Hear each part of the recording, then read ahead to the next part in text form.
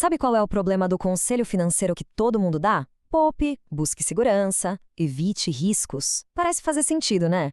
Mas se isso funcionasse para todo mundo, por que tanta gente continua no mesmo lugar? A verdade é que existe um grupo de pessoas que jogam um jogo completamente diferente, os banqueiros suíços, e eles operam com um código próprio. Hoje a gente vai decifrar esse código, os axiomas de Zurich. E é aqui que a chave vira.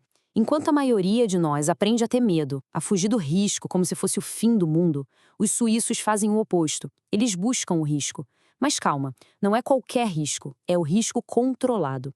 É exatamente essa mentalidade que separa quem constrói riqueza de quem fica estagnado. E nós vamos entender como ela funciona axioma por axioma. Beleza, vamos mergulhar nisso. A base de toda essa filosofia se apoia em dois conceitos que a maioria das pessoas entende completamente errado: risco e ganância. Vamos ver como os suíços transformam esses dois, que parecem inimigos, em ferramentas superpoderosas. Então, vamos lá. O primeiro grande axioma é sobre o risco. E olha, já vou avisando, ele vai contra praticamente tudo que já disseram pra gente sobre segurança financeira. Parece meio maluco, né? Mas a ideia é a seguinte: aquele frio na barriga, aquela preocupação, não é um sinal para fugir. Pelo contrário, é um sinal de que o risco é real e, por consequência, o potencial de ganho também é enorme. Especulação de verdade envolve um certo nível de desconforto. Se está tudo muito confortável, muito seguro, pode ter certeza que o retorno vai ser mínimo. Tá, mas como é que se gerencia esse risco todo? Tem umas regrinhas. Primeiro, só aposte o dinheiro que não fará falta se for perdido. Segundo, essa aposta precisa ser grande o suficiente para que, se der certo, a vitória mude o jogo de verdade. E aí vem a ideia que quebra as pernas de muito conselheiro financeiro. Em vez de sair diversificando em 1000 coisas, a filosofia suíça sugere o contrário. Concentre os investimentos e vigie essa cesta com uma lupa. Agora vamos para o segundo grande axiola, que fala sobre um dos maiores destruidores de fortunas que existe, a ganância. E a abordagem aqui é totalmente contra a nossa intuição. A regra é chocantemente simples. Realize seu lucro cedo demais. É isso mesmo. Venda antes do que parece ser a hora. Por quê? Porque ninguém, absolutamente ninguém, consegue adivinhar onde vai ser o topo. O segredo é entrar na jogada com uma meta de lucro na cabeça e, quando chegar nela, sair. Venda. Sem hesitar, sem olhar para trás e sem se arrepender se o ativo continuar subindo. É disciplina pura contra a ganância. E o caso do Bitcoin é o exemplo perfeito dessa armadilha. Quantas pessoas não viram o preço lá em cima e pensaram: ah, vou esperar mais um pouco, vai que chega a 100 mil. A ganância falou mais alto. E o que aconteceu? Elas assistiram, sem poder fazer nada, o lucro todo virar pó na queda. Ter realizado o lucro cedo demais teria garantido a vitória. Bom, já entendemos o básico sobre risco e ganância. Agora precisamos ir mais fundo e explorar a psicologia, a mentalidade que é necessária para sobreviver e prosperar nesse mundo. Porque o jeito de pensar é tão importante quanto a estratégia.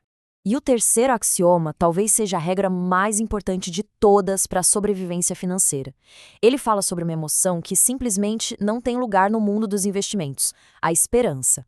A metáfora é poderosa e vai direto ao ponto. Se o investimento está claramente indo para o buraco, se o barco está afundando, não adianta rezar ou ter esperança de uma recuperação milagrosa. A única coisa racional a se fazer é pular fora. Ou seja, vender, cortar o prejuízo na hora e salvar o capital que sobrou. E essa comparação aqui deixa tudo cristalino. De um lado tem o amador, que se apega à esperança, fica segurando uma posição perdedora e arrisca perder tudo. Do outro lado tem o profissional. Ele age rápido, aceita pequenas perdas como um custo do negócio e, o mais importante, preserva o capital para a próxima oportunidade.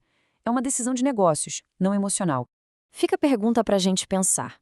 Segurar um investimento que está em queda livre só na base da esperança já se provou uma estratégia vencedora no longo prazo? A história do mercado financeiro costuma dizer que não. Outro pilar da mentalidade do especulador é o ceticismo. O comportamento humano é imprevisível e o mercado é um reflexo direto disso. Por isso é fundamental ignorar os profetas do mercado, os analistas da TV, os gurus da internet. A estratégia não é tentar prever o futuro, mas sim reagir de forma inteligente ao que está acontecendo no presente. Com a mentalidade certa, agora podemos focar em evitar duas das armadilhas mais comuns que pegam os investidores: a mania de procurar padrões e o apego emocional aos investimentos. O que é genial nessa ideia é que o perigo não está no caos do mercado. O perigo começa quando a gente acha que encontrou uma ordem, um padrão no meio desse caos. É o que chamam de falácia do historiador. Só porque algo aconteceu algumas vezes no passado, não existe garantia nenhuma de que vai se repetir. O mercado não tem memória. Aqui, a lição é sobre desapego. Sentir lealdade por uma ação ou por uma empresa é um erro gravíssimo. Esse sentimento impede a agilidade. Se uma oportunidade melhor aparecer em outro lugar, é preciso ter a mobilidade para cortar o vínculo emocional e agir com a razão, sem pensar duas vezes. A essa altura, já está bem claro que o sucesso na especulação depende de uma mentalidade independente. Então, agora vamos focar em como ignorar toda a pressão que vem de fora e que, na maioria das vezes, leva a gente a tomar decisões financeiras ruins.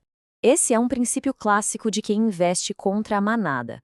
A lógica é a seguinte: quando uma opinião vira consenso e todo mundo está falando sobre um certo investimento, os maiores lucros, muito provavelmente, já foram feitos. O dinheiro de verdade é feito quando se enxerga o valor antes de todo mundo. E essa frase moderna resume a ideia com perfeição. Quando o motorista do aplicativo, o porteiro, o vizinho, quando todo mundo começa a dar a mesma dica de investimento, isso é um sinal de alerta vermelho. Significa que o mercado está saturado e talvez seja a hora de vender, realizar o lucro e sair. Chegamos aos axiomas finais.